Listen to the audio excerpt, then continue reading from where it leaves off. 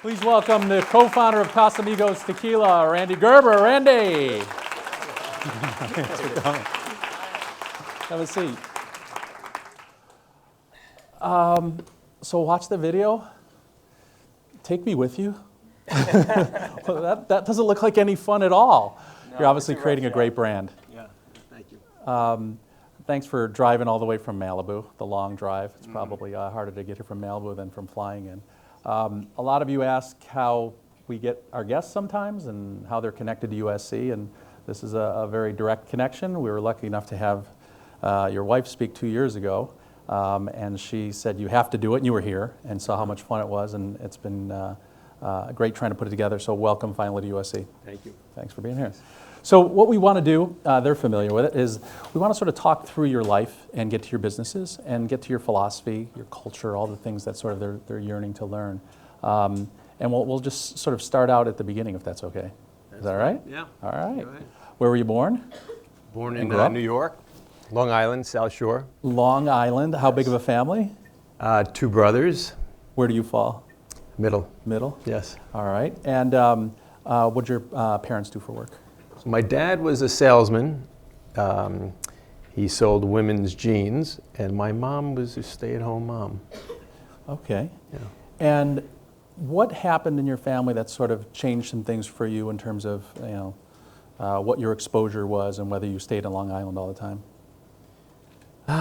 Well, when I was about 13, my parents divorced, and my dad moved into the city, which was kind of fun for me because I got to go into New York City from Long Island on the weekends.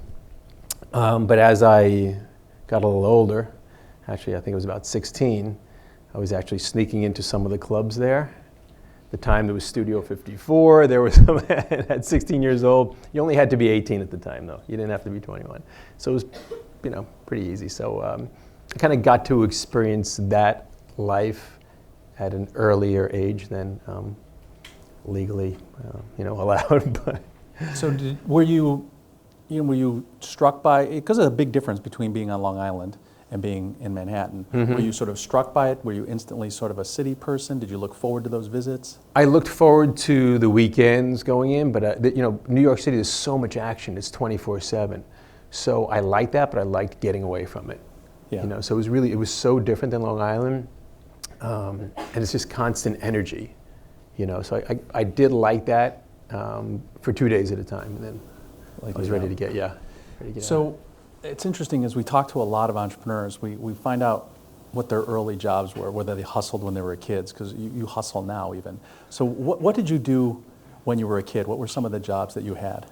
I had pretty much the typical ones. I worked in a yogurt shop. I worked at a sneaker store. Got paid hourly wages and minimum wage. But what I really liked were on weekends, I had a friend whose dad was in the carpet business, and we would take all of the scraps of the carpets and we'd cut them up into squares, and then we'd go to the flea markets. So we'd have to sleep in our car at 12 o'clock, at midnight you'd sleep in your car, the place would open at 7, you'd have to get a spot though, so you have to stay in your car all night. You set up a little, stand, and we'd sell these little rugs, we were calling them doormats, and they were really just scraps from our friend's dad's business, and we were selling for like $5, but it was all profit because he didn't charge us. So that was really what it was kind of fun to just have that. And then I also tried to sell some of my dad's women's jeans at the flea market, which didn't go over so well because it's a little difficult to try on clothes at a flea market, so that didn't work too well. So, but early selling experience, you also said that you went door to door selling women's jeans? Yes, that was a little bit embarrassing because once again, they were women's jeans. I was going door to door, and then I'd have to try them on sometimes. So I wasn't going to people's homes, I was going to stores. And so I'd just say that, well, they're unisex, so I would put the jeans on, and actually they sold. So it was yes, I was a pretty good salesman, I guess. Your first modeling job was women's jeans. Yes, That's awesome. It's funny, like if your kids, future kids, are ever selling door to door or hustling at a flea market, you actually know you don't have to worry about them, because if that's already in their DNA, they're going to hustle the rest of their lives. They know the value of work. And so it really is interesting to hear that over and over again. So from New York, you graduate, you went to public high school, you went to University of Arizona. Tell us about your experience there a little bit. Well, I really wanted to get out of New York, so it was pretty far, Arizona, Tucson, and I wanted a college town, college experience. So I went there for 4 years, graduated with a BA in film and a minor in marketing. And once I graduated, I really didn't know what I wanted to do. I wanted to get in the film business. I knew that, but I wasn't sure what end of it. So I decided to just go to Europe. So I went to Europe for 2 years to figure it out. So I got a Euro pass, jumped on the train, and just kind of went from country to country, and decided after 2 years I really need to. I mean, at the time I was doing a little bit of modeling just to make money so I could travel. So I'd work for a week, take off for 2 months and travel. Work for a week, take off for 2 months and travel.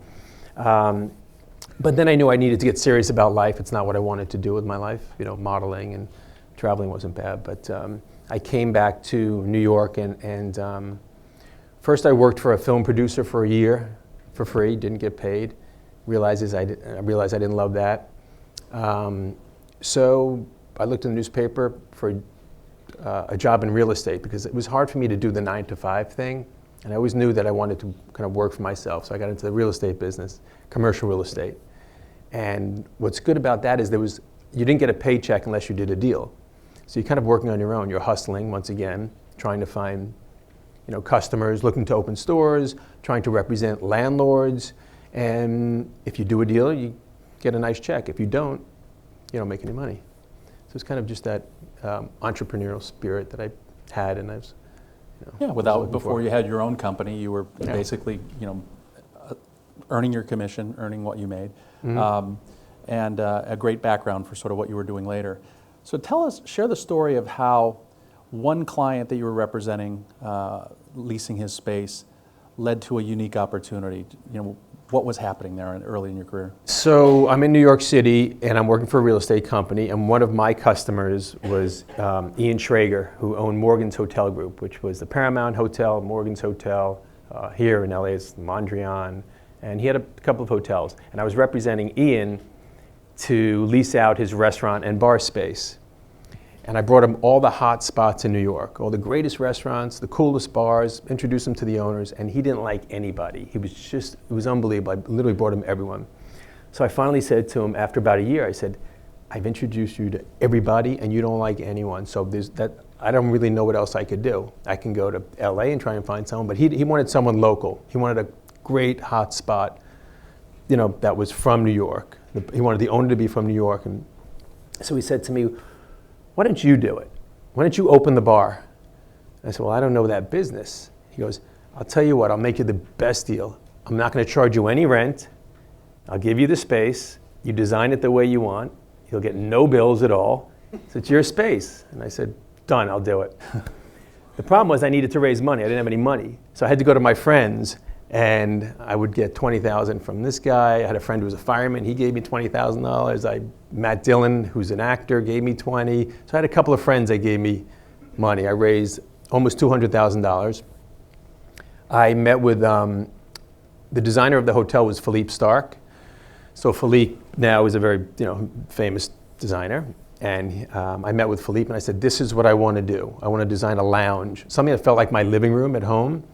And I kind of gave him some ideas on what I wanted to do. So he put together some sketches on napkins for me.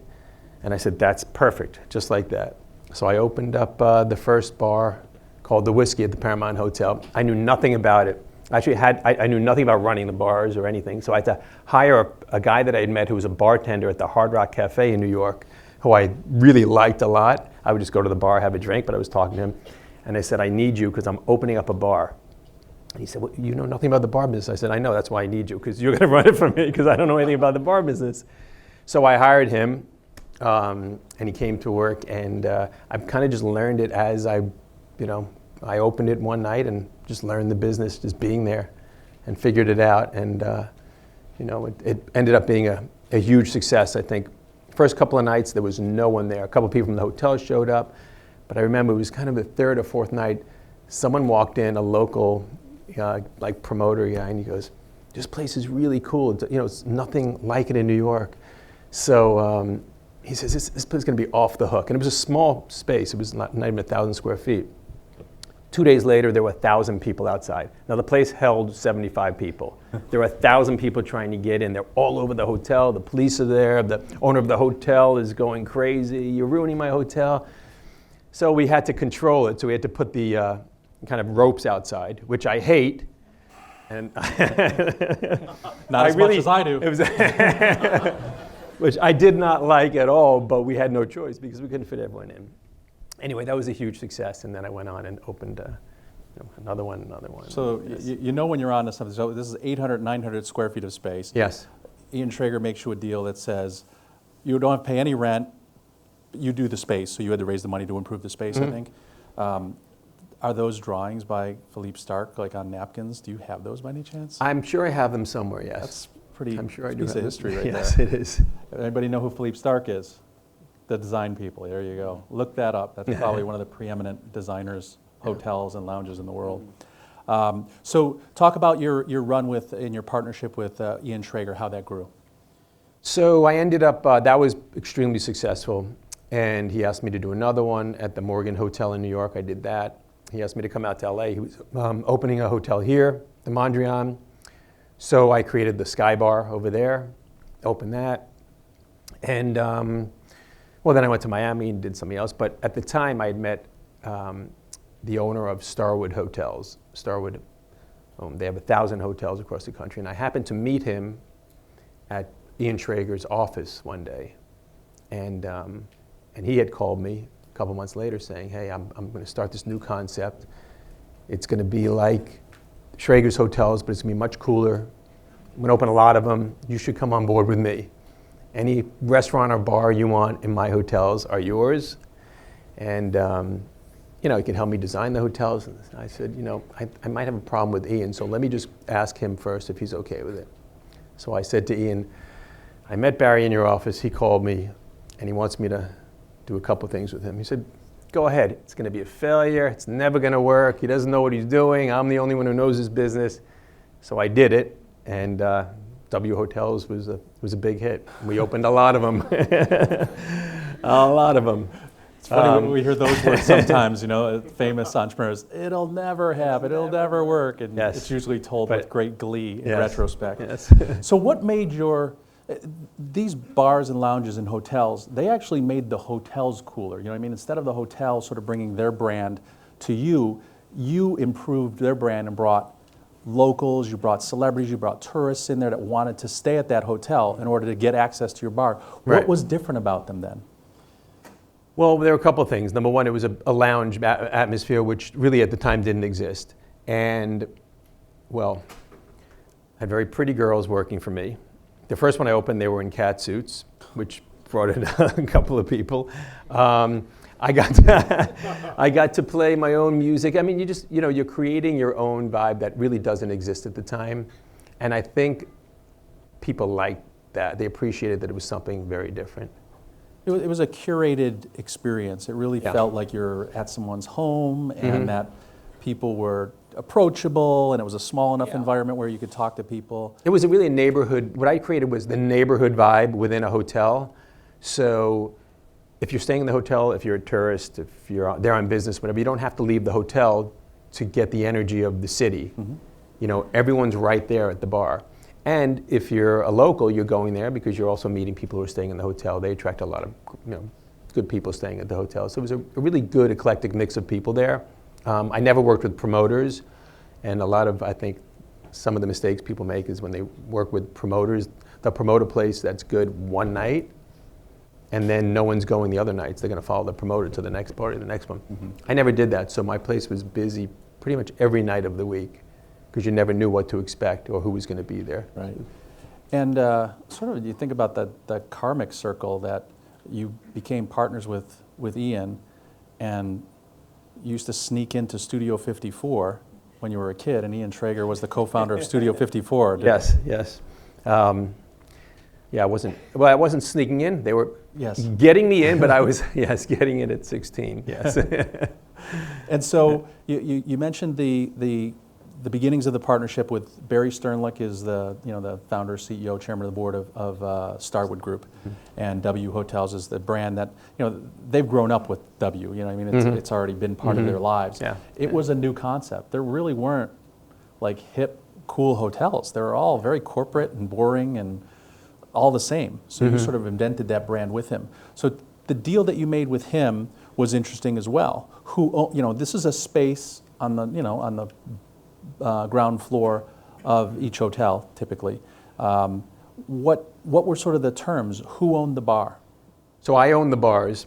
With Barry, I would lease the space from him. I had total control over what it looked like, the hiring, everything. I had total control. The great thing was Starwood would put up the money to build them. They would get paid back. They'd get a percentage of what I was doing, and they would get paid back that way. So there was really not a return on investment, but they were getting their return based on a percentage. I probably built about 8 or 10 with them at the beginning, and I also had the opportunity to sell him back a couple of the places and then build more, and then I'd sell another piece to him and then build more, and so on. So he was putting up the money for me to build them, and I was able to then sell them back to him, or pieces back to him. So it was a good deal for both of us, actually. It helped the hotels, and it was fun for me, and we stayed in business for, we didn't close the place. How many people would take that deal? It's a good deal. Right? So you have someone who's basically doing your construction lending or your build out for you, loaning you the money, and you pay them back either interest and or a participation, an equity piece, and then at some point you can take them out. It's a great deal. So this is 2 great deals, 2 great partnerships you've founded already. Yes. So tell us about how you grew that with W. Actually, about 5 or 6 hotels in, you decide you may need some operational help. Who do you call to become your partner? Yeah, well, I mean, I was still doing this on my own, so I'd have managers in each one of my places, but the problem was now I've got a bunch of places and I'm working almost 24/7. I'm nonstop. Besides designing and building new ones, I'm also checking in on the other ones, making sure they're running. And I thought, okay, I didn't even have an office at the time. I thought, now I really need to create a company. I need employees, I need some help. So I hired some really good people. I opened an office, hired some good people. Eventually had my brother work for me, who was in the real estate business. And as time went on, he was handling kind of the business end, dealing with leases, negotiating, dealing with attorneys and things like that. I was doing all the creatives, doing what I do best, which is really creating the concepts and design and running them and stuff. But he was kind of handling the back of the house stuff. So that was nice. The problem is I was much happier when I had just a few places, because be careful what you wish for. All of a sudden you've got 20, 30 something places, and it's a great business, but and not that the fun is taken out of it, but it's truly, then I'm going into the office, and then I want to be at one of my places at night, so I'm kind of jumping around from in New York I had like probably 7, 8 places. I'm jumping around from place to place. Place in Miami, Atlanta, a couple of places, Chicago. I'm literally nonstop, and I thought it got to the point where I was just about done. Really? Yeah. That's pretty early, but it was this sort of huge, this ramp up of the number of places that you had built and managed, and you sort of answered the next question. So at its height, I think you had like 30, 35 properties. About 35. And I was building probably 5 or 6 a year. I mean, imagine building 5 or 6 anything a year. Seriously, houses, anything you're building out, especially stuff with architects and designers and engineers and permits and hotel approvals, and then by definition these things are open till 2 or 4 in the morning. So well, yeah, some 5. Yes. So Yes. the question is, were you living the lifestyle, and did you enjoy it at first, and then finally just became too much? My first few places, I guess I was living the lifestyle a little bit, but it was still a business for me. For me, I always looked at it, it's a business, but I felt like it's my party every night. Whether I'm there or not, the party goes on. And when I went to my places, my friends were always there. So it was fun for me. I think when I opened, I don't know, I think it was my third place in South Beach, is when South Beach had just started hitting, and I opened this place. It was a vacant building. It was right on Ocean. Negotiated a quick lease. They were trying to sell the building. The bank was month to month. I went to the Salvation Army and bought couches, went to a stereo store, but I got the biggest system I could and opened this place for nothing. It was $100,000 to open it, and it was also packed. But I felt like that was the lifestyle. I was living in South Beach, at the time single, and I kind of got, I was drinking, not drinking. I was never an alcoholic, but I was definitely drinking. And I felt like, you know what? I should probably slow down. So I moved out of South Beach. I kept the place there. But then I really started concentrating on just expanding the business and opening more places. And so I didn't necessarily live the lifestyle, but I definitely participated at times. Yeah, and the pace is dizzying. Yes. I'll actually be in South Beach tomorrow. I have a place down there, and you sort of were the anchor of sort of starting that revival. Mm-hmm. Now, Ocean Drive's not the place to be. Obviously, it's sort of Collins and up a little bit more. But what space was it? Do you know? What is it now? Do you know? It's the Carlisle Hotel, which they just started renovating. I was there just a couple weeks ago, and I kind of went out and I just brought back memories. I took a picture outside of it. I was like, oh, this was good times, from what I remember. That was all pre-Cindy. Yes, it was. Okay, so, and then sort of casually said 30, 35. Oh, I'm just in timing. I wasn't saying it. Just in timing, it was before you met Cindy. Yes. Giving you the chronology. That's very important. You can turn that off. It's distracting. You mentioned that you got up to 35 hotels, but they weren't all with the W. Talk about, there were other chains that you became the preferred partner where everybody wanted you to design and operate their hotel bars. Can you talk about the other chains that you work with? Well, I was, let's see, Sofitel, the Me Hotels. It was Hard Rock. I'd done a couple of those. Well, Trump called me and asked me to do one in New York. Which is actually still there. And so yeah, it ended up being, I was kind of the go-to guy. They knew that if they brought me in, it was going to be a great, fun place, operated professionally, and hotel guests didn't have to worry, and the owners didn't have to worry about it just being a club scene, because they were really hotel bars. They just happened to be cooler hotel bars. So they knew it was going to be operated the right way, consistent with the quality of the hotels. And how was it working with your brother? Good partnership? Good partnership, because he was handling kind of the business end at that point. And eventually I gave him a percentage of the company, and then gave him more and then more. And then as I got into the liquor business, I sold the entire company to him. So you are, as ownership and equity, you're out of the Gerber Group and the original company. Yes, I sold the company. And share with the class why you had to sell it.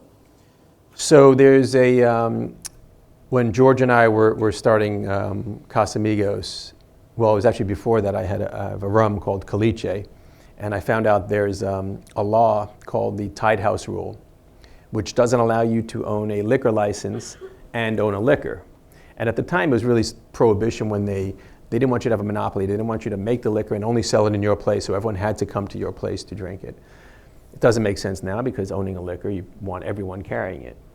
So, but the law is still in effect. So because I had 30-something liquor licenses, I couldn't have any interest at all in any establishment that had a liquor license. So I said, okay, let's sell everything, and I'm going to be in the liquor business. That's a big decision. You think about that. So the Tied House rules are essentially trying to prevent vertical integration in liquor. So the manufacturer, you can't be a manufacturer and a distributor and a retailer. Right. And so if you have any of those two roles, then you're going to be violating those rules. So this is just for Caliche, right? This was just for Caliche, and then Casamigos came along. So tell us about Caliche rum and how you got in that business and your partnership with the distiller on that. So I have a friend who knew a family, a Puerto Rican family, and they'd been in the rum business since the 1800s. And he approached me and said, they really want to get into the States. Would you be interested in doing a rum with them? And I thought, well, I don't really drink rum unless I'm on vacation maybe somewhere. But I'd be interested in meeting the family. And I met them. It's the Sorales family. And really amazing family, just well-respected, really great people. And we got along really well. I went to the distillery, I saw what they were doing, I tasted some of the other products they were doing out there, and I thought, you know what, if I could do something really special, I would be interested.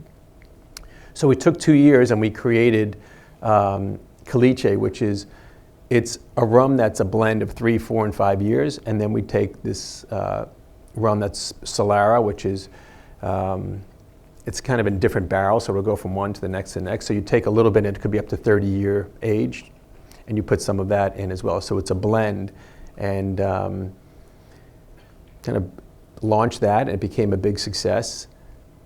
The thing with Caliche is they like slow growth, the Sorales family, and they own the importing company. So I was kind of, even though we're partners, I had to leave it to them to get it out there. And I was getting a little bit antsy. I don't like slow growth. If I'm into something, I just want it to explode immediately. I have no patience for like this slow growth. And but it's doing really well. And you know, it's a great relationship I have with them. So you have Caliche rum, and you know the story's sort of out there on the internet and videos. But share with us how you get into the tequila business, because it's just, all your stories seem to say, I had a friend who, they begin with that. Yes. And then the next thing you know, you're in business.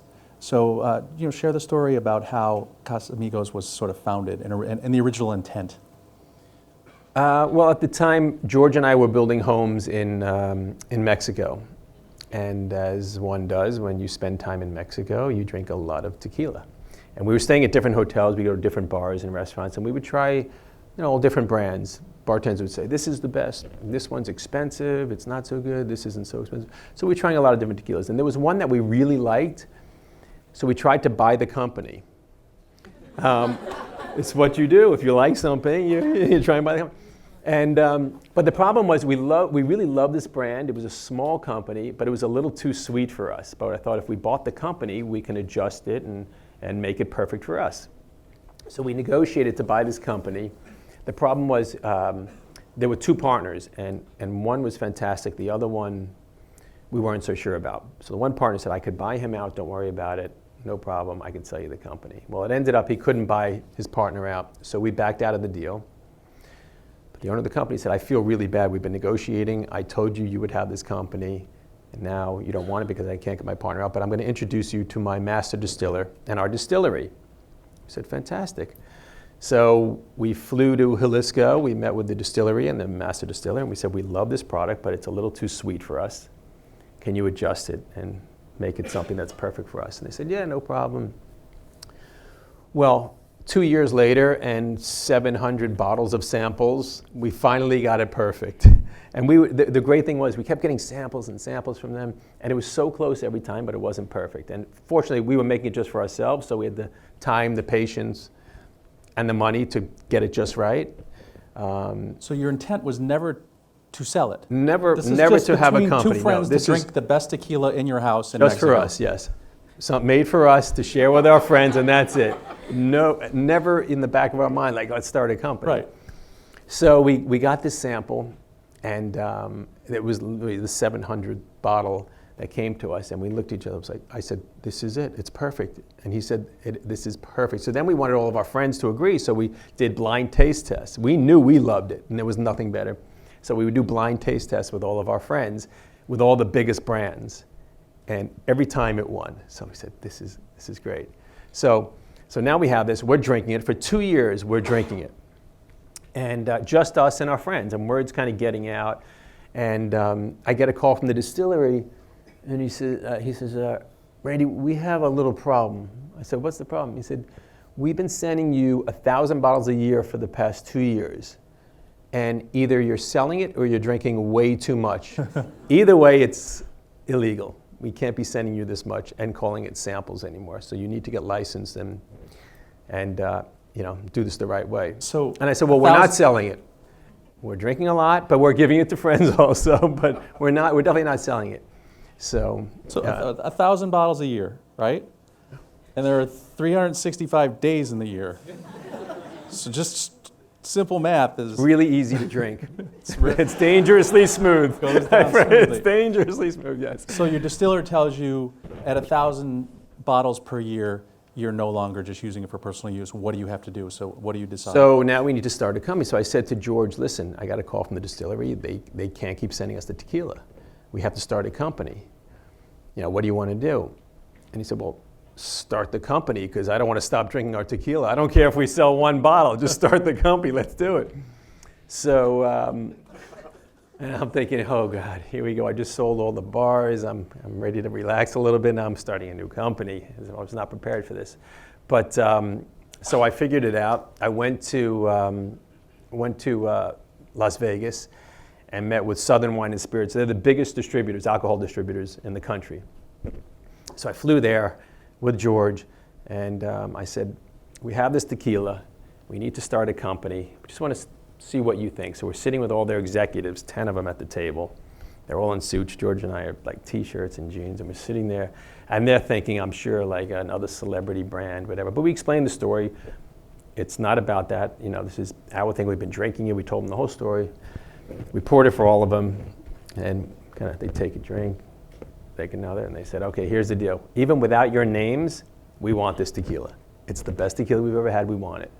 Fantastic. Okay, so now George and I fly back to LA. We're sitting at Habana, Cafe Habana in Malibu. We drink a bottle, and I said, so we drink a bottle, and I'm like, we're talking about, okay, we got a company, what do we have to do now? And I said, well, the bottles that we were getting were plastic with just, screw-on tops. And it just said, stick-on label, it said sample, exclusive RGGC, and it said Casamigos, because that was the name of our homes in Cabo, was Casamigos, which loosely translated means house of friends. So he said, okay, let's, why don't we just turn the plastic into glass and put a cork in it, and then just put another label on. And that's, it's what it is. It's what we've been drinking for the past 2 years. Why come up with a fancy bottle? I mean, we know we have the best tequila in the bottle. Let's just, make it what it is. So, so that was the design, truly, what these samples were coming in for 2 years. And it's funny, your stories never include a percentage of a bottle, like a half a bottle. They're always a full bottle. So you must not be able to stop. And then your company meetings consist of you guys having dinner, drinking tequila, and deciding we need a label, we need a bottle. Yes. So this company meeting, you decide on the bottle, you decide on the label. Mm-hmm. Did you decide then where you guys are going to sort of have a very simple and sign? We said, George said, it should just feel like, this is the perfect bottle the way it is. Turn it into glass, we'll put a cork in it, put a label very similar to what it is. He said, I feel like you just want to, it's tequila. Take the cork out, with your teeth and slide it down and grab it and drink it out of the bottle. That's what tequila is. And I said, I agree, and so that's really, that's how that first meeting went. Well, then we got from there, we got a ride back to my house. Yes, and because we were definitely in no condition to drive, so we got a ride back to the house. And after the company meeting, you both go to your house, mm-hmm. And what condition is Mr. Clooney in? We're both in great, we're very, very happy, we're laughing, we're having a hell of a time. We get to the house, and he stays at my house pretty often, and typically he stays in a guest house on the property, but he wasn't in any condition to walk down the stairs to get to the guest house. So he said, I'll stay in the guest room upstairs. I said, okay, perfect. So yes, he did. He went up to the guest room, and I went into my bedroom, but my kids were, my wife's looking at me, okay, here we go. My kids were in my bed with Cindy, so I went into one of the kids' bedrooms. And so with that, if I come home and I've had a little bit to drink, Cindy likes to just check and make sure I'm home. So she walked into the guest bedroom and, sees who she thinks is me, face down with my motorcycle boots on, leather jacket, and a phone like this. And she gets into bed and she's like, "Hey babe, why don't you get undressed? Hey babe." And with that, George goes, "What?" And Cindy goes, "Oh my God, I thought you were Randy." And George's like, "Oh did I get in the wrong bed?" George thinks he stumbled into the master bedroom and got into bed with Cindy. So Cindy finds me. "I just got into bed with George. He's in the guest room here." And then all of a sudden, so she's freaked out. And then we hear George like running around the house. And we hear all this noise. And she goes, "You better go find him right now before he gets in bed with the kids." So I go downstairs and we have this junk drawer with like potato chips and candy and everything. And he's sitting there and he's just munching out on stuff. And I go down and Cindy comes down and we're just laughing and eating and we're just laughing about this whole thing. And then the next morning we wake up and George goes, "Okay, well, we designed the bottle, we got the name, we just did the ad campaign. Drink a bottle of Casamigos and wake up with Cindy Crawford." And Cindy goes, "No, you would drink a bottle and wake up with George Clooney." So we ended up actually making that our first campaign. And it was funny because we were thinking, well, how are we going to get the word out that actually we started this company? And so that just happened naturally. And at first, we thought about that. It's a great idea. Cindy wasn't really that into it. And, after you sober up, you're like, I don't know, should we really be, doing that? And you're not a big company. We'll talk about the competition in a minute. This is dominated by large players, so you have to be creative. You have to be, you have to be efficient with how you spend your money. And so they created this video. Now there are 3 videos on this reel. Do we play all 3 of them? I'm not sure what you have. There are 3 different versions of this. So let's play the first one. Turn off the lights. You know what I'm talking about? Oh, there are 3 versions of this? I maybe haven't seen. Are you serious? What's that? Oh, wait. Let me. This was George was dating someone at the time. Yes. Mrs. Clooney. Important disclaimer, this is before George was married, long before that. Now he's with a very respectful. Let's play the first viral video of Casamigos Tequila. So on Casamigos, let's talk about sort of how you build, what's a small brand compared to, what's the landscape in this business? Like who owns the big labels? Well, it's controlled by just a few companies really, Diageo, Pernod, LVMH. They own all the bigger brands. So it's very difficult to be an independent brand. The big ones, they have Grey Goose, they'll have Jägermeister, they'll have a lot of different brands. So they have the power out there to control a lot of things. Besides having the money for marketing, they can go into places and say, hey, we'll take care of whatever we're going to take care of, carry all these brands. We have Casamigos, that's it. We've been offered other brands, but we only drink Casamigos, so that's all we want, and that's all we'll ever have. So it's difficult, but I feel if you have a great product, you can't fool the consumers.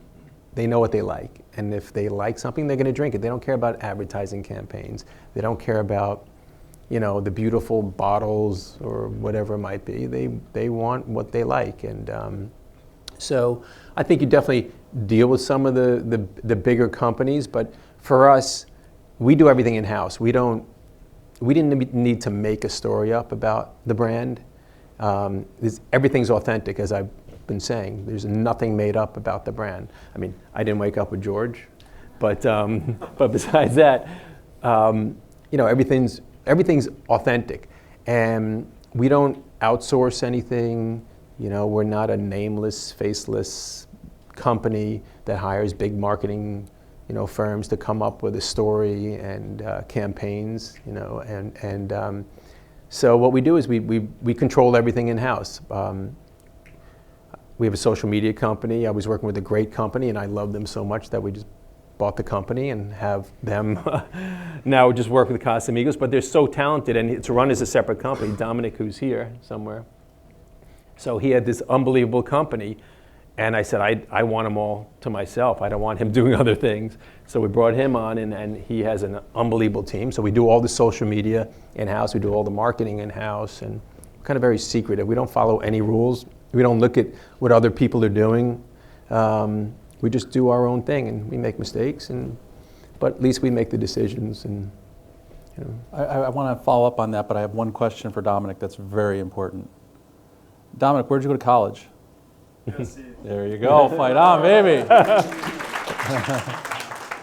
We have a bunch of USC students in the office. Everyone, we have a great office. It's in Malibu. It's like a big loft. There's a pool table, ping pong table, a bar, of course, bunch of couches, some tables. So everyone kind of floats around, and they're working everywhere. No one has like a specific place that they have to sit.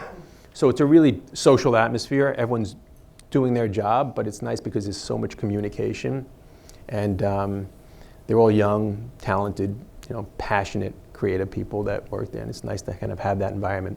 No one in that office has ever been in the liquor business, by the way. I've never hired anyone in the Malibu office that's ever been in the liquor business.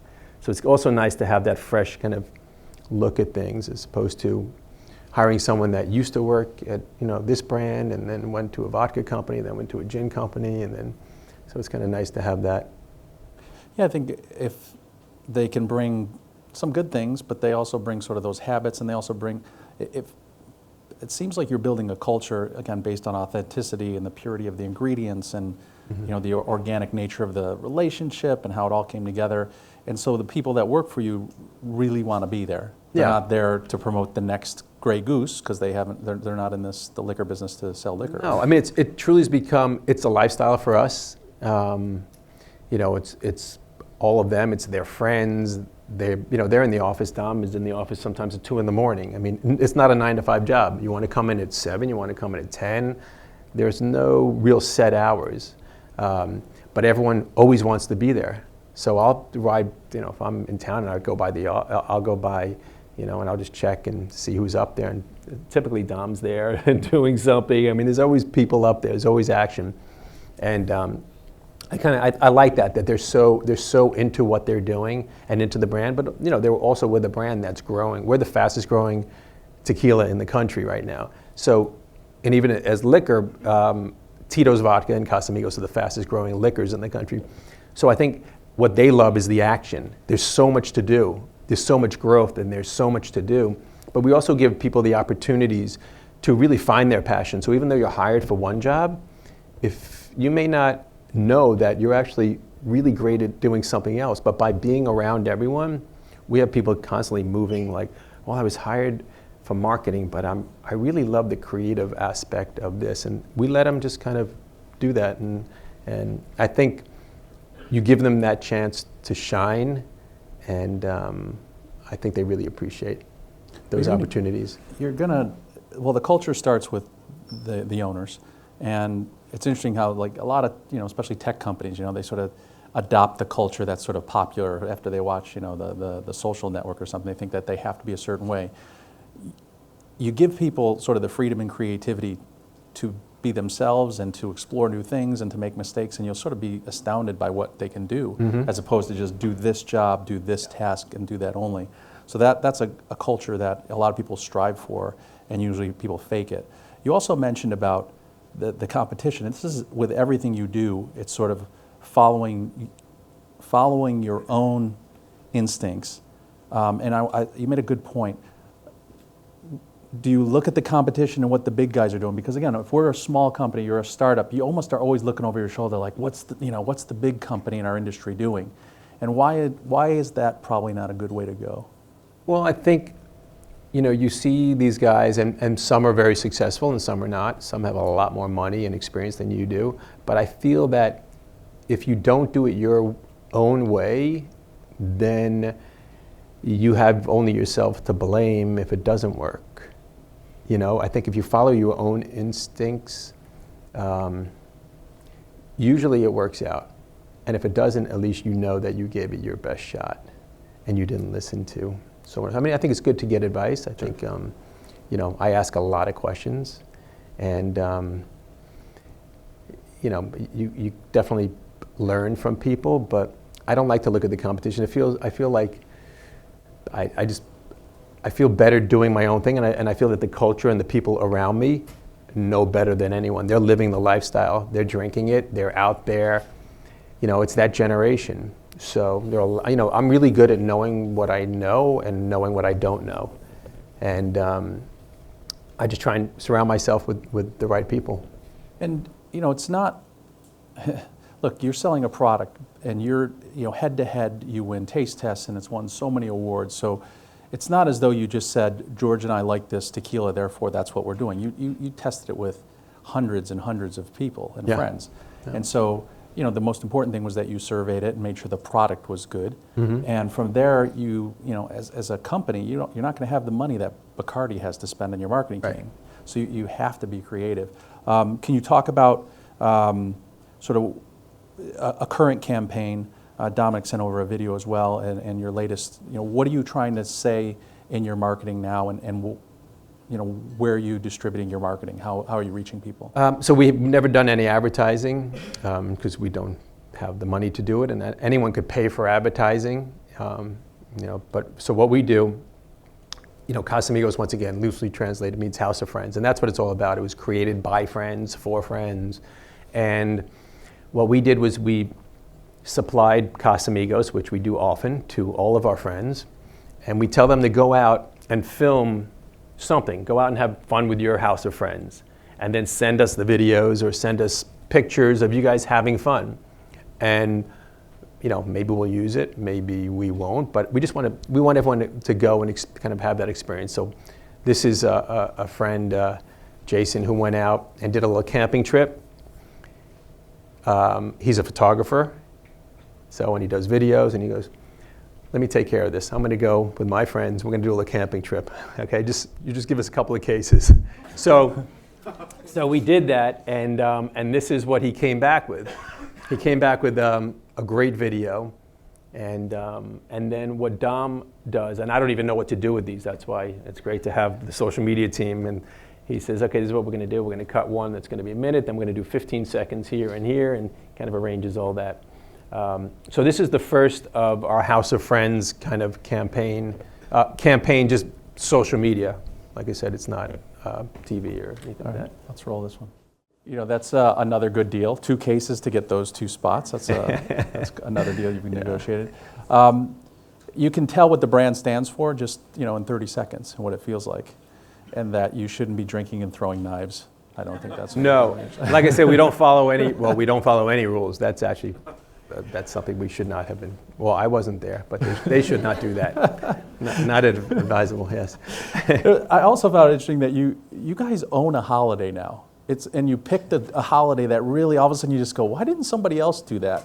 Tell us sort of what you decided is sort of a major marketing push for you guys. Well, I mean, truly, I think tequila right away, when you think of tequila, you're walking down the aisle of a liquor store and you see tequila, it's like party. You're buying a party, right? This happens to be a really good party. So we said, we need to do one party a year, like a great out of control party. And what better than Halloween? So we have this Halloween party every year, and it's become the party. I think the great thing is, of course, there's Casamigos everywhere, so everyone's been drinking and quite buzzed, but they're also dressed up so they can be someone else, or you may not know who they actually are. I think you might have been to one or so. So it's really become a fun party. I don't know if... We've got some photos from the party. So there's our lovely hosts in front of you. Walk in and you take a picture in front of the barrels. So you saw some of the clips in the beginning. There's Lenny Kravitz and what I assume is Mrs. Lenny Kravitz. I don't know. The Mrs. So it really was sort of a who's who. Don't go to the next one yet. And who's the guy with the cat and the on the right side, it's Kraft. Oh, on the left it's Channing Tatum. On the right it's Robert Kraft, Brian Grazer, and his new wife Veronica. He's been here last year. Yeah. So it really was this who's who, and TMZ's out front, and it's sort of nutty.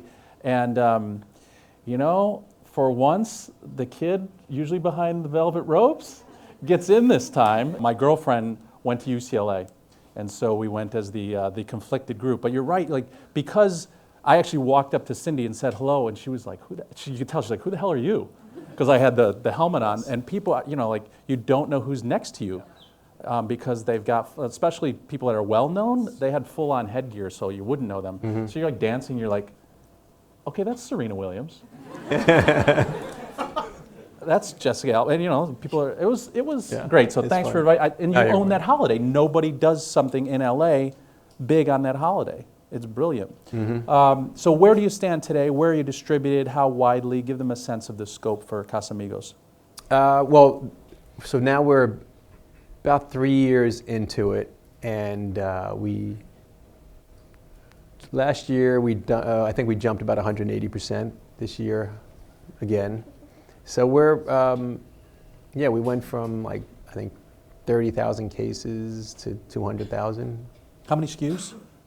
3. 3 SKUs. Tell us what Blanco, Reposado, and Añejo. And the difference between those?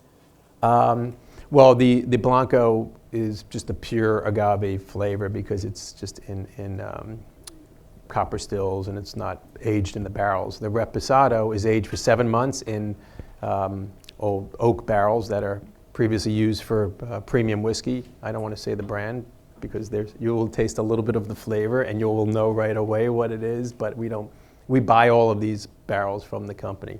And then the Añejo sits in there for anywhere from 12 to 14 months. So you get a little more oaky flavor and a little more kind of caramel from the whiskey that was in the barrel. But it's just pure, 100% pure agave, nothing added. It's pure in every respect, and that's sort of one of the core values of the company. Mm-hmm. So we're going to get ready for questions from you guys. Before we do, we are lucky to have the never-before-seen new video for Casamigos. So there's obviously no recording this. There's no periscoping this. We've signed a confidentiality agreement. We have to delete the file after. But it's a beautifully shot piece, and it really does sort of, you know, tell the story about the brand. This was really George and I. We do a motorcycle trip every summer for a week or two. We've been doing it for 15 or more years, and we said, let's do it. Let's go to Jalisco, Mexico. Now, probably not, you know, if we didn't have a distillery there, we probably wouldn't have that on our list of, you know, let's go to Jalisco. But it was really interesting, beautiful countryside. And so we had to rent some bikes. And we had our friend, actually, who shot his own video. We hired him to come with us and shoot us on our trip to the distillery. So this is the new video for Casamigos Tequila, and then we'll go to your questions. Throughout the night, you've kind of talked about how you found good people to work for you. So were those people that you knew, or is that something you out? Was there something in particular that you were looking for when hiring people, or? Well, actually, both. Typically, it's word of mouth. You know, when you're starting a company, and I think the word got out pretty fast. And then I'm asking, Dominic, do you have any friends? Do you know anyone? I mean, here's the great thing about USC, where you guys are. It's all about connections. I mean, there's so many incredibly talented people at USC.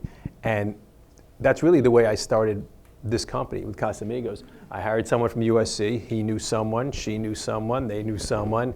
And it just kind of caught on that way. Now we get things on Facebook, we get messages, we get bartenders saying that, I love you, I drink your tequila and I recommend it to everyone, and I'd love to work for your company. So we just hire people that are passionate about the brand.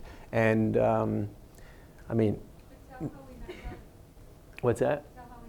So Kelly, who was one of my first employees, Kelly Irvin, Cindy and I were at the Four Seasons taking kind of just a day of, relaxing at the pool. And these two girls are lying there, and she sees that I have a Casamigos hat on, and she said, "Oh, I love Casamigos." And I said, "Oh, thank you." I said, "What do you do?" She says, "Nothing, I just graduated from USC. I'm going to Europe, and I'm not sure what I'm going to do yet." I said, "Well, why don't you give me a call? Here's my number. Give me a call when you get back if you need a job. We should talk." And so she came back, And she called me, and I hired her, and now, she's got a really important job at Casamigos. I mean, she's been with me from, day one. And, the great thing, like I said, is she keeps me in line and the company and everyone like on schedules. But she knows so many people. So if I say I need someone to help out with marketing, I need whatever it is, brand reps, she just gets the word out. And a lot amongst USC, when are you graduating? Or my sister knows someone. So it's really just word of mouth. We don't put ads in papers or, on the internet and stuff like that. It just, word gets out. But I think if you have a good brand and people know that you're growing, there's jobs available. And we are hiring. So if any of you guys are looking for work, we're hiring. Look out. Yes. Next question. Yes.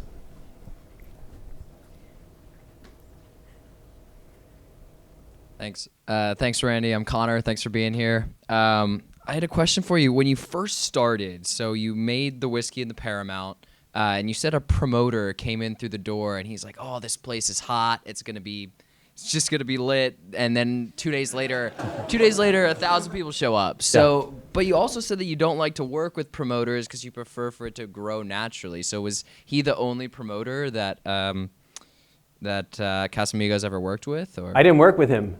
He just Really? knew people, and he said, "There's this place you have to go. It's off the hook." And he knew a lot of people, so they came. But I never worked with him. And we were always approached by promoters. "Hey, can I do Friday night there? Can I just?" But I just felt like it's the wrong thing to do because, like I said, I like promoters. I just don't like working with them because it really makes your place hot that one night. Because a promoter, the way he makes his money is he goes in one night, he takes a percentage of the bar or whatever the deals are, and then he's going to go to the next club and do the same thing over there, and he's going to the next club. So a lot of people follow the promoter because he's the one bringing the crowds and the right people there. I think it's bad for the place, though. For me, most of my places were small. I didn't need to work with promoters. They were always busy. Even when I opened the clubs, I never had to work with them. So nothing against promoters, but I feel that I was running a business and I wanted it busy every night. But, so. Thank you. Eric, thank you very much for speaking. Fantastic stories. So my question to you is kind of twofold. First is, how many employees do you have working for Casamigos right now?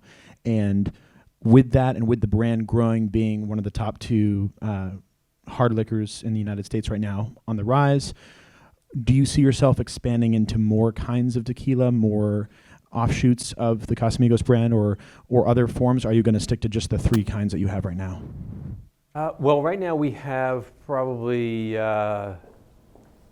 just for Casamigos, we have maybe 50 people working for us. That's with some brand reps. Now we have an importing company as well, and there is maybe 30 or 40 with the importing company. And then we have our distributor that has thousands of people out there. But directly for Casamigos, 50 and maybe 30, so a total of 80 that currently work for us. As far as getting into other tequilas, we have an extra añejo. It's still in the barrel. It's not perfect yet. I just tried some actually 2 weeks ago, and it was very close, but it's not perfect, so it's still aging. So that will probably have, it'll probably come out maybe by summer. Yeah. Welcome.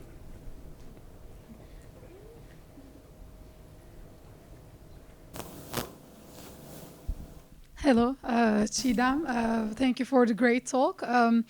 I had this question about the nightlife and what has made you so successful in it. So we know, it's about alcohol, music, women. But what about the other psychological things behind that you discovered and that you built your brands on, and now probably you are building also your own tequila brand on? Can you talk about the psychological Yes, I mean, sides of it's it? a good question because psychologically for me, when I was designing my bars and restaurants, I thought it was really important. And like I said, I always did it for myself. I designed places that I wanted to go to. I didn't go to other places and say, oh, I want to do something like that, or I don't like that, I want to do it differently. I designed places that I really wanted to be at. And so the lighting was always great, typically candlelight, because everyone likes to look good. If you're sitting across from someone, everyone wants to look good, right? So it was candlelight. I would burn a certain type of incense that smelled really nice. So when you walked in, it didn't smell like a bar. It smelled people were curious, but it had the same smell at any one of my places. So I had 30-something places, and when you walked in, right away you knew it was one of my places. The glassware, the always fresh juices. So the psychological part is you want people to feel almost at home when they walk in. It's not difficult to be a cocktail waitress. Okay, you're carrying a tray with some drinks on it. So I was always hiring for personalities. I wanted them to be friendly with everyone, and I wanted the employees to have a good time when they were at work, because people notice that. If you're walking into a place, you want to feel like, they say, "Oh, hi, Randy, how are you?" And they know your name, they know what you like to drink. Have a conversation with you. It's not like a constant sale or an upsell. Hey, why don't you have this? So I think psychologically, you just want people to feel at home when they walk into your place. I think it's really important.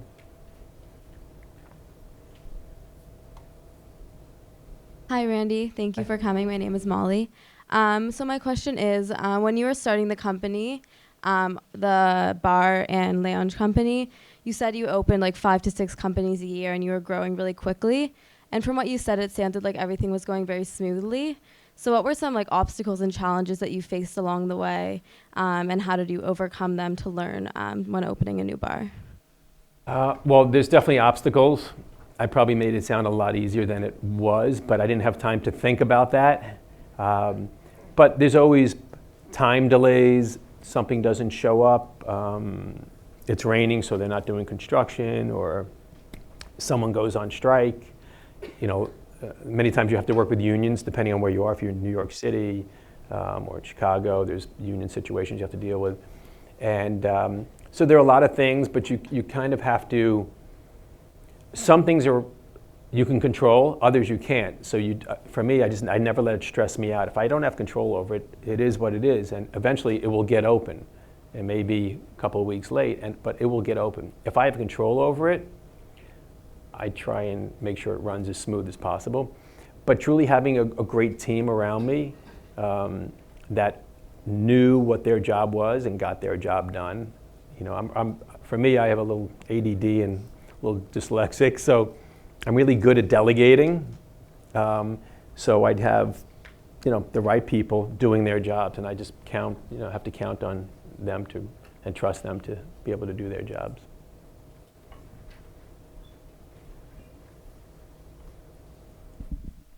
Hi, Randy. Thank you so much for coming. My name is Armin. I have 2 questions. One, how did you meet Sydney? And also, do you have samples of the tequila with you tonight?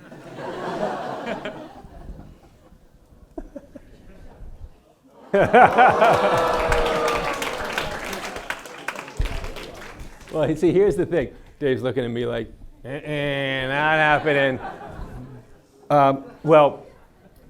Let me just, I will answer that question. But it's funny, when George and I were launching Casamigos, one of the ad campaigns was, he said to me, here's the deal. We know it's the best thing out there. I'll get on TV and I'll tell everyone, first one's free, okay? Because once they drink it, they're going to switch from whatever else they're drinking. Of course, our attorney calls and says, you can't do that. That's against the law. You cannot do that. I'm like, why not? He says, if you're in a place, or if you call a place and say, hey, I want to buy everyone drinks, that can happen. But you can't just get on TV and say to the world, first one's free. It's not going to happen. It's against the law. So, but I did hear there's this place called the 9-0 here. So I made a call, and I heard tomorrow night's the hot night, and I said, Casamigos is on me for all of you guys and all of your friends. Oh, yeah. If you're over 21. And so tomorrow night, enjoy all the Casamigos you want on me. All right.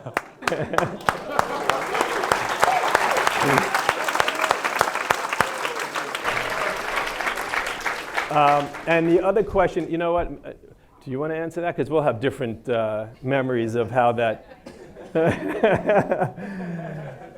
We met at Cindy and I met at a we had a mutual friend. It was Cindy's agent, was a friend of mine, and he was getting married. And the time I had a girlfriend, he was not inviting me with my girlfriend. He just said, listen, you're invited, but you can't bring your girlfriend. I said, okay. Cindy was invited at the time with with her husband, and he was away, and so she was going alone, and we decided to go together. He introduced us, and we went together to the wedding, and then years later we got together. We actually drank tequila in the car on the way there. Yes, so that's how we met, through a mutual friend. The tequila love story. Yes.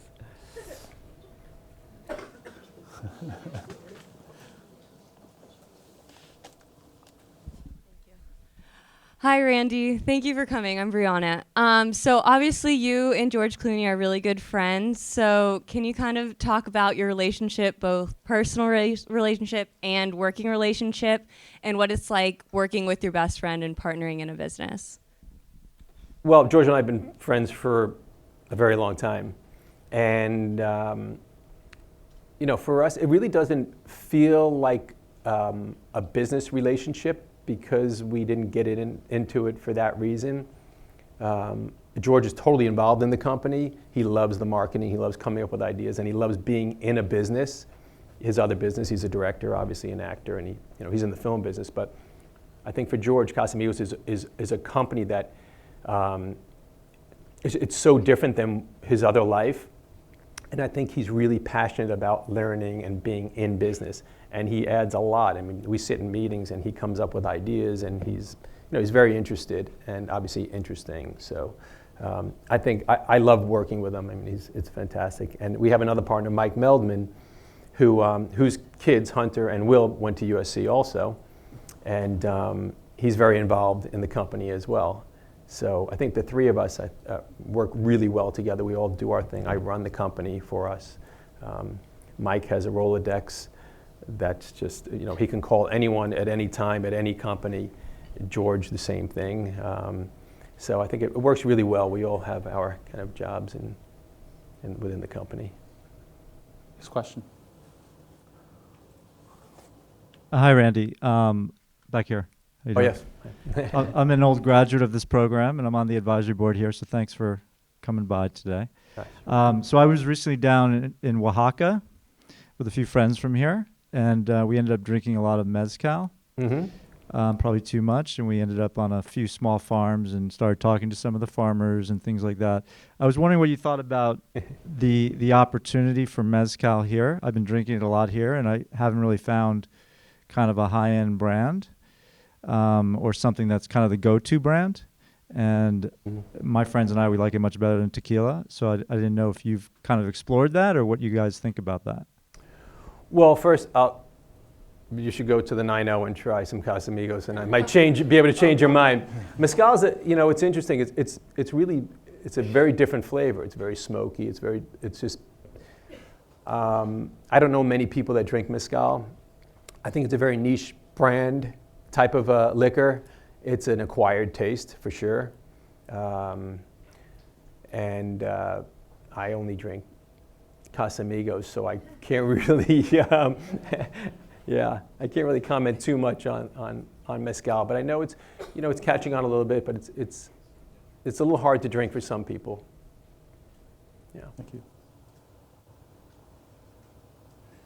Hi, Randy. My name is Jerry. Thank you for coming today. And so you mentioned earlier that when you were doing your bar business, that as you started out, it was kind of fun doing it, but then as you kind of scaled it, it became less fun and more work. And so with this hobby of yours, it started as just something with House of Friends, and you wanted to, after you found out that, 1,000 bottles of alcohol is a little bit too much, I'm breaking the law, right? To start your own company. At what point do you want to, basically, how do you want to scale it such that it'll still remain fun and not as much of a work thing? I think, listen, my work was always fun, even when I was doing the restaurants and the bars. It was always fun, but when you have so many places, I think at that point I felt the pressure because I was always open somewhere, so whether it was Santiago, Chile, or Mexico, or LA, or New York, one of my places was always open. So I always felt the pressure, and then the next day waking up to a lot of emails from all of the managers and what was happening. With Casamigos, it truly doesn't, we have such a great company, it's a small company. to produce more bottles, we could do that. The distillery can produce as many bottles pretty much as we need to. I mean, as long as we have enough agaves, which we currently do. So we're going to, the plan is just to keep it small. And it truly, it's for us, it really is a lifestyle. We own it, we drink it, we live it. So it really doesn't feel like work for me. It obviously is work, but I love going into the office and I love being there. And for me, every day I wake up, I'm like, I look forward to being in the office with everybody. Yeah, just have to keep it fun, and happens to be a good, fun business.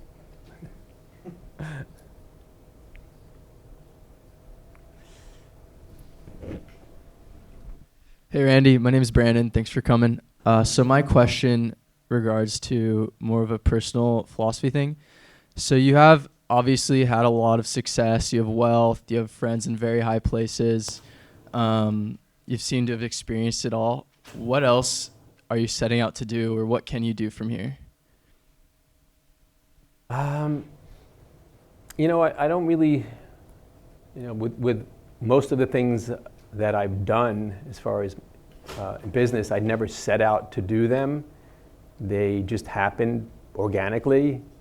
And so there's nothing really more that I'm looking to do, but I'm sure other things will come up and happen. And it's hard, when something comes to you or when you see something that might interest you, it's hard to say no. At least that's my problem. If I'm really into something and I'm passionate about something, it's hard for me to say no. Although I do hear from my wife and kids, please say no more, because I do take on a lot. But I'm always interested in opportunities, whether it's me or someone like yourself that might have an idea. It could be in a totally different field.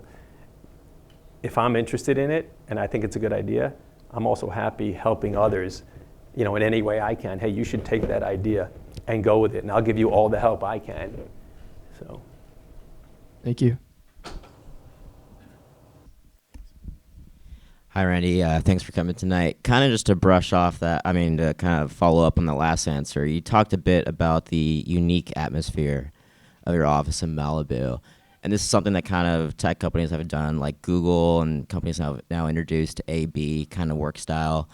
But do you encourage your employees to work on other projects besides the tequila company? Are you willing to kind of hear your employees out on new ideas or ventures? I guess, how do you promote a relaxed atmosphere in the office but still remain productive?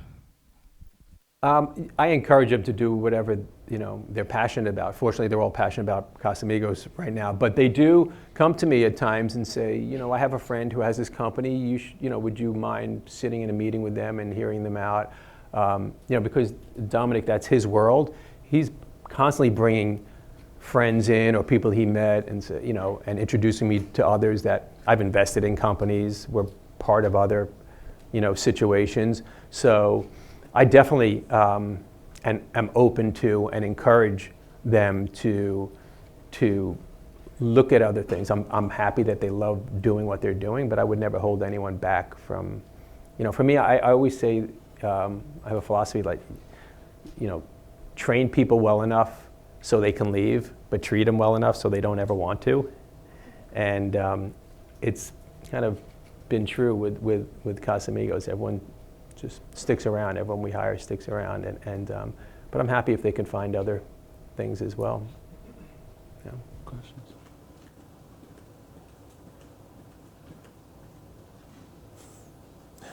Hey Randy, how are you? My name is Matt. Thanks for coming and speaking with us today.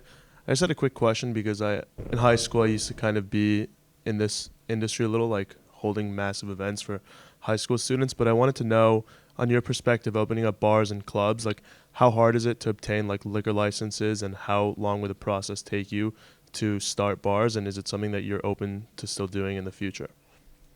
Well, I'm always thinking about opening new places, but legally I can't, which is why I had to sell all my places, as I had mentioned. But as far as liquor licenses, it's interesting. It's very difficult to get a liquor license because you have to you get fingerprinted. They check your bank statements and your bank accounts. They want to look at the past 3 to 5 years, every dollar that went in. You know, the liquor business is controlled by the government, so they want to make sure you're not laundering money and, you know, whatnot. So for me, even though I had 35 places, you would think they would just do my fingerprints. They check me out. I'm good. The next one's easy. I sign a paper, but it's not. Every liquor license I got, I had to do the same thing. Fingerprints, bank accounts, everyone was, you know, go through that whole process again. It's a bit of a pain, but it's worth it, you know. I got all the places open, I got all the liquor licenses I needed, and, you know, in California, it's a little more expensive because they only give out a certain amount, and then you need to buy one from someone, but, you know, it's possible. It's not, it's just, it takes time, but as long as you're not a convicted felon, which I assume you're not, then you're okay. Yeah. Yes. Hey, Mr. Gerber, thank you for being here. First things first, I wanted to say I actually had the chance to try Casamigos about like 2.5 years ago, and that's all I've been drinking since. Fantastic, thank you. Beat out Patron for me. And my question for you is, what are your thoughts on the relationship between technology and nightlife, more specifically like technology, nightlife apps? You know, because there's now Uber for, you know, for car services and, you know, social media, obviously. But what are your thoughts on, because you've been in the industry for, you know, and you're very experienced, so I wanted to know if you have any opinions on nightlife apps. I think there's some great ones out there. You know, I've met a few people. Table List was a great one. And there are a couple out there that really work well.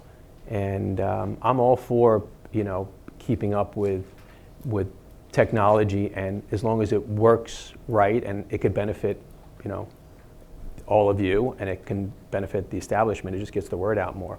So I think it's interesting, you know, that some of these companies, if they stick with it and they're doing the right thing, they could hit it big, really big. Thank you. I had one other question for you. This is a quick one. Do you have any other liquor at your office bar than Casamigos? I have caliche rum and ice. That's it. Nothing else. Just one last quick thing. We were talking about like how promoters kind of promote your place. So like different nights, depending on which promoter comes, is how well your place does. So actually, like you spoke about Table List, I'm currently I may be working with them, and I just wanted to know what you think about apps coming into that space, because it kind of takes out the use of having a promoter. So then how will that place, that establishment do well in a certain night if Table List is taking out the use of promoters? I mean, I think it benefits the place. It makes it easier for the consumer as well. You know, you can just get on Table List and make a reservation or reserve a table and get a bottle up there. I mean, I think that's what it's become. It's just, you know, you get on your phone and you do it and you show up and everything's set for you. You don't have to get on, you know, and call and hope that they got the message or, so I think it makes it easier and it benefits you guys as well as the establishments. Last question for me too. So you were saying a lot about how you can't like own both. So is that only in the U.S. or in other countries? Is it the same thing? I think it's only in the U.S. I'm not 100% sure, but I think it's just in the U.S. So no interest in like opening bars in Mexico or anything like that? I had some in Mexico, which were fantastic, but I really don't have time really to open up more places right now. But it is still a passion of mine. I would love to if I had the time. Right now, I'm busy with Casamigos for sure. Yeah. A couple more quick ones. Students. Up top, students. Sorry. Yeah, go ahead. He's 1 year out. Hey, thanks for coming. My name is Chris. Quick question. So starting off in the retail leasing world, what really, you know, what did you learn from your retail leasing background that really helped, you know, somehow in your career? Like something that you really took away from the leasing side? Can I add to that? Sure. Since you went from 16 sneaking into the bars, 18 you headed to Arizona, post-college you are out modeling, traveling the world. Yeah. How did you build the relationships in New York enough and know the square footage and locations to take Ian Schrager out confidently and meet 20 to 30 owners?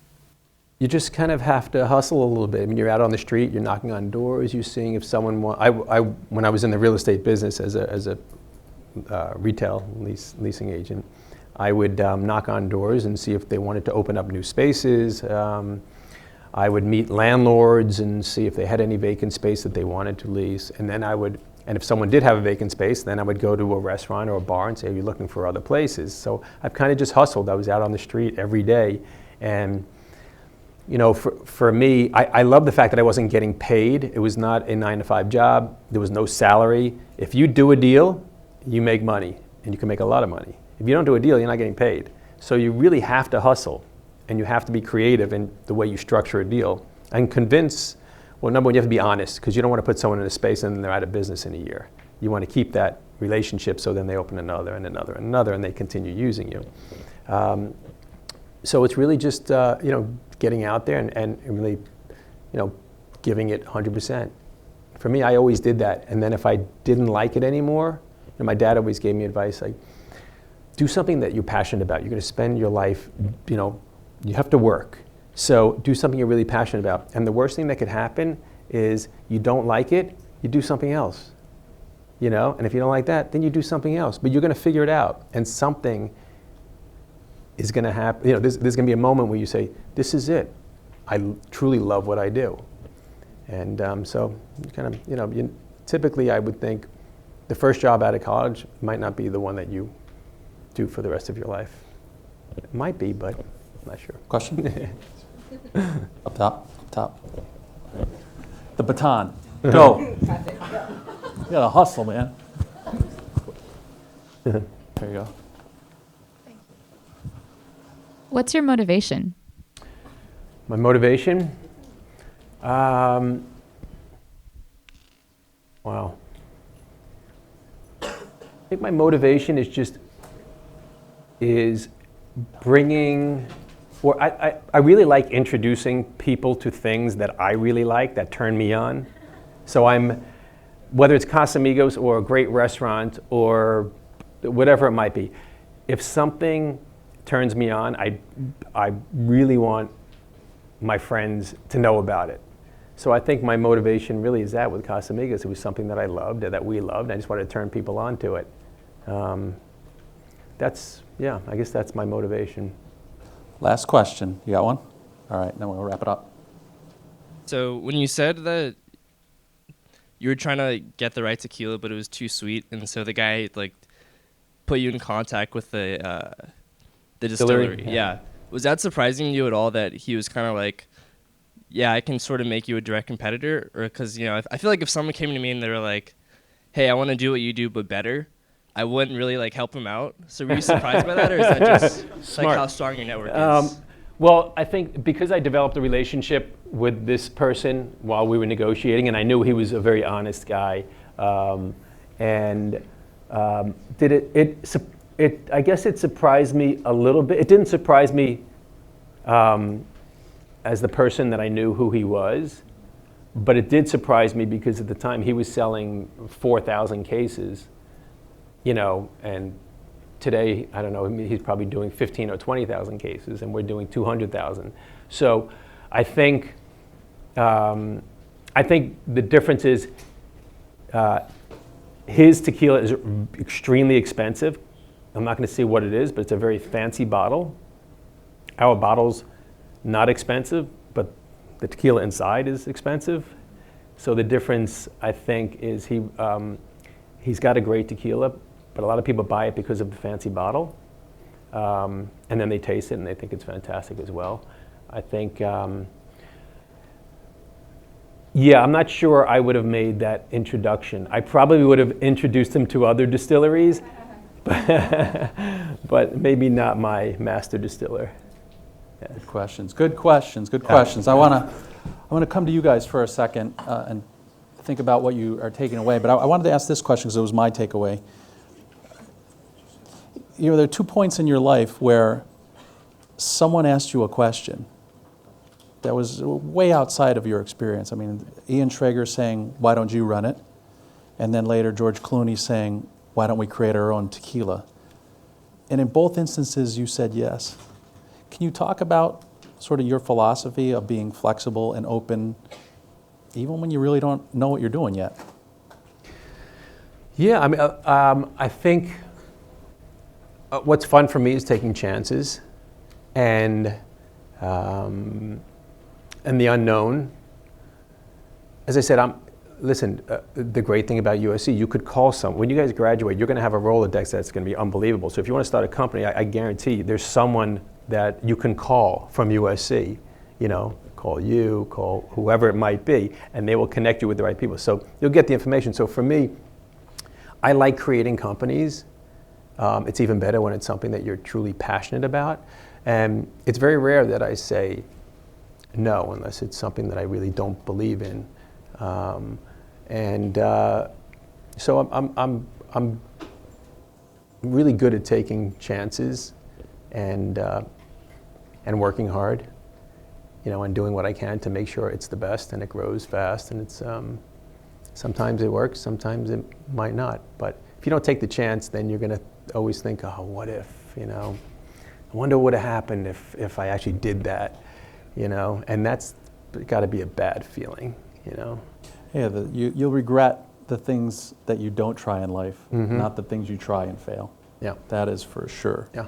And you're spoken like a true entrepreneur. It is your DNA. I could not see you working, for someone else in a large organization. You sort of need to be at the creative spot at the beginning, blank sheet of paper. That's when it's really exciting, because you actually watch it unfold and start building this thing from scratch. Mhm. So that's my takeaway.